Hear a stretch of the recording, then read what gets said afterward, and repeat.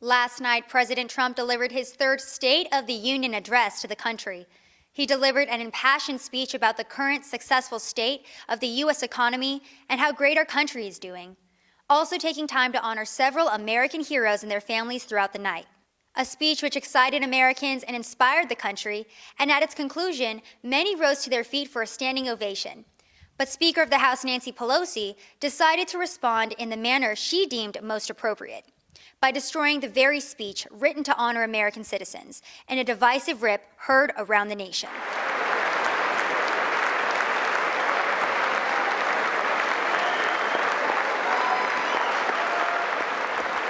But what prompted this response? What were the contents of this speech that had Democrats and Nancy Pelosi so enraged? Let's take a look at some of the highlights from last night's State of the Union that caused such an angry response from Pelosi. The unemployment rate is the lowest in over half a century. Under my administration, 7 million Americans have come off food stamps and 10 million people have been lifted off of welfare. This is a blue-collar boom. Touting the record economy and low unemployment rate for all Americans, he also mentioned the repeal of NAFTA and the adoption of the USMCA. The USMCA will create nearly 100,000 new high-paying American auto jobs and massively boost exports for our farmers, ranchers, and factory workers. He promoted the new branch of military Space Force and honored one of the last surviving Tuskegee Airmen, Charles McGee, who was accompanied by his grandson Ian, a 13-year-old student with his eye on joining the Space Force. More than 70 years earlier, we created a brand new branch of the United States Armed Forces. It's called the Space Force. Sitting behind Ian tonight is his greatest hero of them all. Charles McGee was born in Cleveland, Ohio, 1 century ago. Charles is one of the last surviving Tuskegee Airmen, the first black fighter pilots, and he also happens to be Ian's great-grandfather.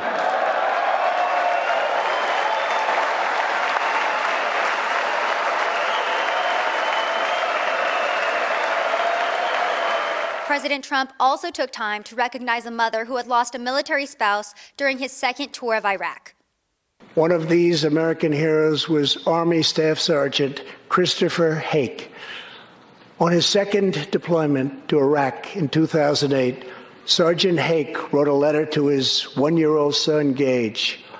"I will be with you again," he wrote to Gage. "I will teach you to ride your first bike, build your first sandbox, watch you play sports, and see you have kids also. I love you, son. Take care of your mother. I am always with you, Daddy." On Easter Sunday of 2008, Chris was out on patrol in Baghdad when his Bradley fighting vehicle was hit by a roadside bomb. That night, he made the ultimate sacrifice for our country. Sergeant Hake now rests in eternal glory in Arlington, and his wife, Kelly, is in the gallery tonight, joined by their son, who is now a 13-year-old and doing very, very well. To Kelly and Gage, Chris will live in our hearts forever. He is looking down on you now. Thank you. And reunited a military father with his family in another emotional moment of the evening. Amy, your family's sacrifice makes it possible for all of our families to live in safety and in peace, and we want to thank you. Thank you, Amy. There is one more thing. Tonight, we have a very special surprise. I am thrilled to inform you that your husband is back from deployment. He is here with us tonight, and we couldn't keep him waiting any longer.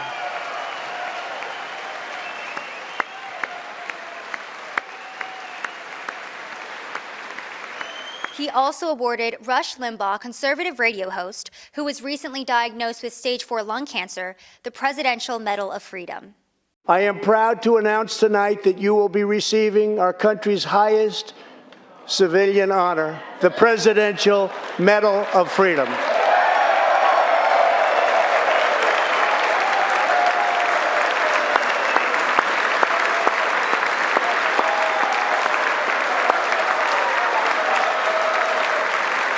I will now ask the First Lady of the United States to present you with the honor, please.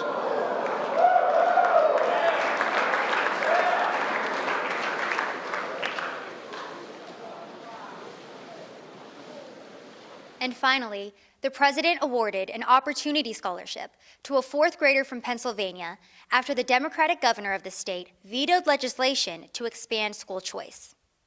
Because I am pleased to inform you that your long wait is over.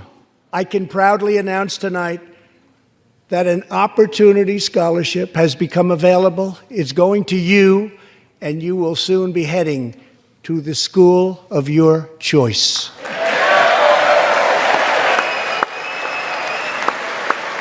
He also reaffirmed his commitment to helping all American children have better educational opportunities.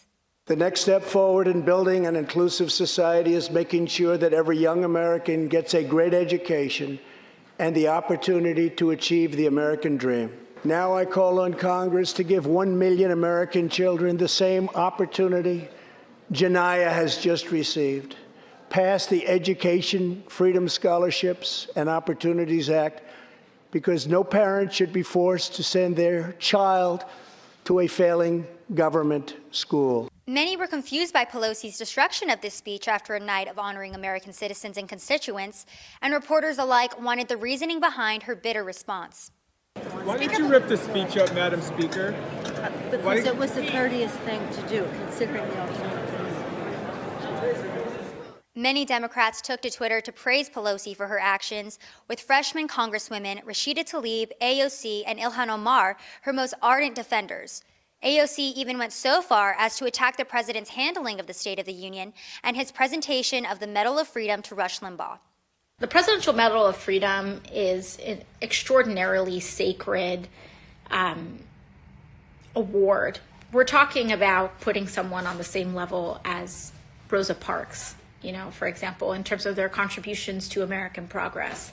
Rush Limbaugh is a virulent racist, but even just on top of that, to do it in the middle of a State of the Union and not even dignify it with its own ceremony as it has, there's all sorts of norms that are being violated, not just for people's humanity, but also it truly just cheapens the value of it.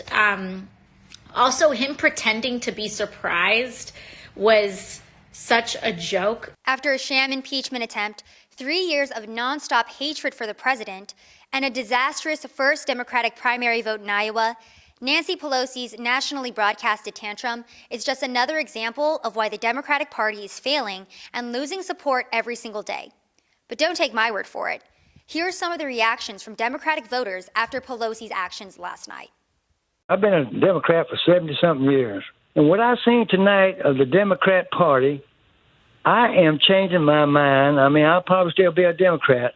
But as far as I'm electing for a goddamn Democrat, never again. I am a Democrat as well, but no longer will I vote Democrat.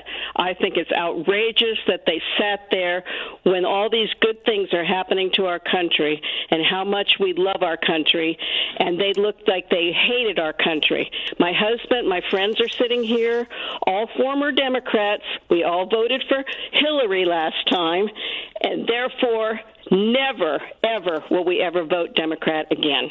It's always portrayed that the Democrats don't love their country. Well, we love our country, and we want to see it succeed. But it appears to us that our Democratic Party has been stolen from us by a bunch of communists. I am literally disgusted with Pelosi and the Democrats' behavior, the way she teared up his speech behind him at the end. I was a registered Democrat. I've gone independent. I'm leaning GOP now. With a simple rip of a paper, Nancy Pelosi has pretty much sealed the deal of a re-election of Donald Trump. If the Democrats keep up these childish antics and complete disdain for America and its people, a re-election for Trump looks like a confirmed win in 2020. This has been Savannah Hernandez for Action 7 News.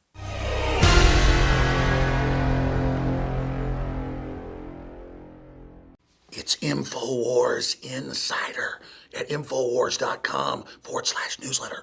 Oh, they got us.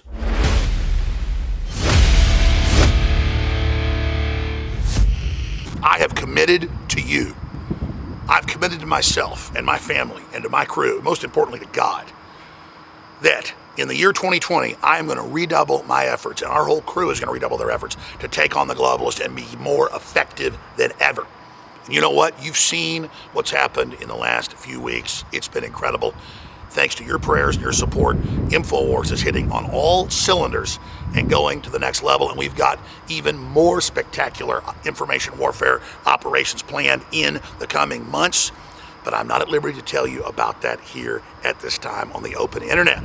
But for everyone that signs up for the free newsletter at Infowars.com/newsletter, we won't just be sending out exclusive articles and videos and promo codes for the shopping cart. We are also going to be sending out exclusive reports and exclusive intel first on what's coming up and what's happening, because then the enemy does not instantly know about it when it's on our email. The big foundations sign up for our email, they get it, they read it, but it slows them down. If we talk about something on Twitter or Facebook, they're instantly aware of what we're doing.